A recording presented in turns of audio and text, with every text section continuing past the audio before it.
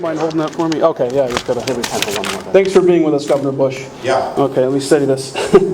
According to Sergeant Marty Traynor and other law enforcement officials in Sarasota, Florida, the files and information pertaining to 9/11 hijacker pilots Marwan al-Shehi, Mohammed Atta, and Ziad Jarrah from Huffman Aviation Flight School in Venice, Florida, which was operated by Rudy Deckers and financed by Wally Hilliard, were loaded onto 2 Ryder trucks and driven right onto a C-130 cargo plane, which left Sarasota less than a day after 9/11.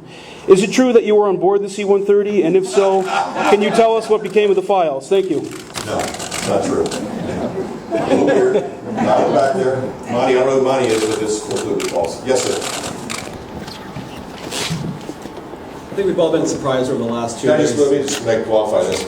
Yeah, I was in the Emergency Operations Center trying to make sure that the state of Florida was safe.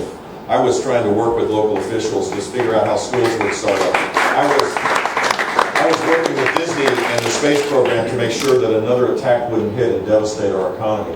I started working to figure out how we were going to stimulate the lack of travel to our state early so that we could recover quickly, and we did. That's what I did. So that was kind of a weird email that you read. Yes. So over the last 2 days, I think we've all been surprised to discover that half the country have been closeted constitutional scholars. So, what is your approach to constitutional interpretation, and how will that guide your approach to nominating Supreme Court justices? Great question.